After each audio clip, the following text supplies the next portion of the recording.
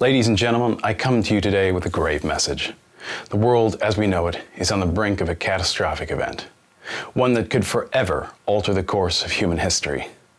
The escalating conflict in Ukraine is threatening to ignite a global conflagration, and we must act now to prevent this nightmare from becoming a reality. The current conflict in Ukraine began in 2014 when pro-Russian separatists seized control of the Crimean Peninsula and eastern regions of the country. Since then, the conflict has escalated with both sides engaging in brutal fighting that has claimed the lives of thousands of people. What started as a regional conflict has now taken on a much more ominous tone.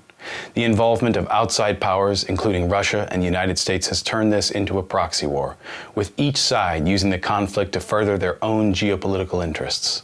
The situation has now become so dire that many experts are warning that we are on the verge of a third world war. The stakes have never been higher, and the potential for a global conflict is very real. If this conflict were to escalate further, we could see the involvement of other major powers, such as China and the European Union.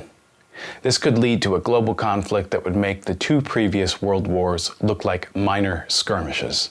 The consequences of a third world war would be devastating. Millions of lives would be lost, entire cities would be destroyed, and the global economy would collapse. It is impossible to overstate the catastrophic impact that such a conflict would have on the world as we know it. But it is not too late to prevent this nightmare from becoming a reality. We must act now to de-escalate the conflict in Ukraine and find a peaceful solution to the crisis.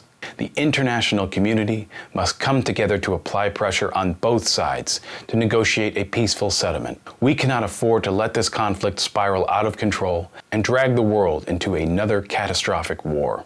It is time for the leaders of the world to put aside their differences and work together to prevent this catastrophe. We must recognize that we are all part of the same global community and that our fates are intertwined.